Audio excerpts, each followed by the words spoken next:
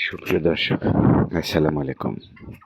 আমার কৃষি চ্যানেলের পক্ষ থেকে আপনাদেরকে আন্তরিক শুভেচ্ছা।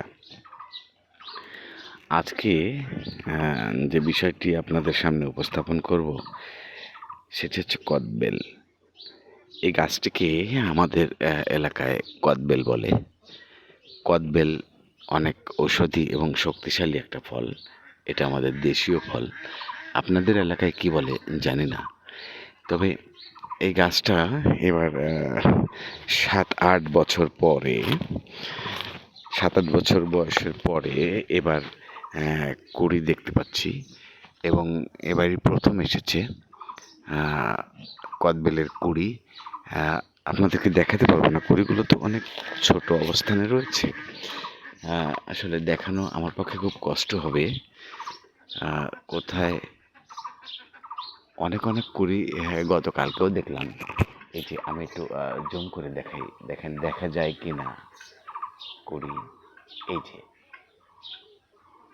এই যে কদবেলের কুঁড়ি, এরকম এরকম অনেক অনেক কুঁড়ি এসেছে এই গাছে, ধরেছে অনেক জায়গাতে। আমি আবার দেখাচ্ছি। আমি খুব উৎফুল্ল।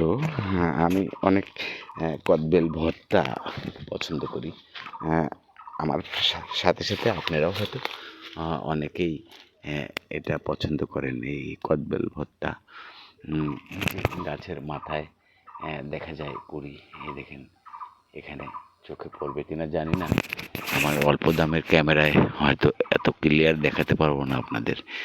এই গাছটিতে নতুনই এবার ফল ধরেছে, অনেকগুলো ফল এসেছে, প্রায় 40-50টাতে হবে। কিন্তু যেটা আমি আমার এই ছোট মোবাইলের ক্যামেরা দিয়ে আপনাদেরকে দেখাতে পারছি না, পারবো হয়তো আর একটু বড় যখন হবে, গাছ যখন আর একটু বড় হবে তখন আপনারা অবশ্যই দেখতে পারবেন।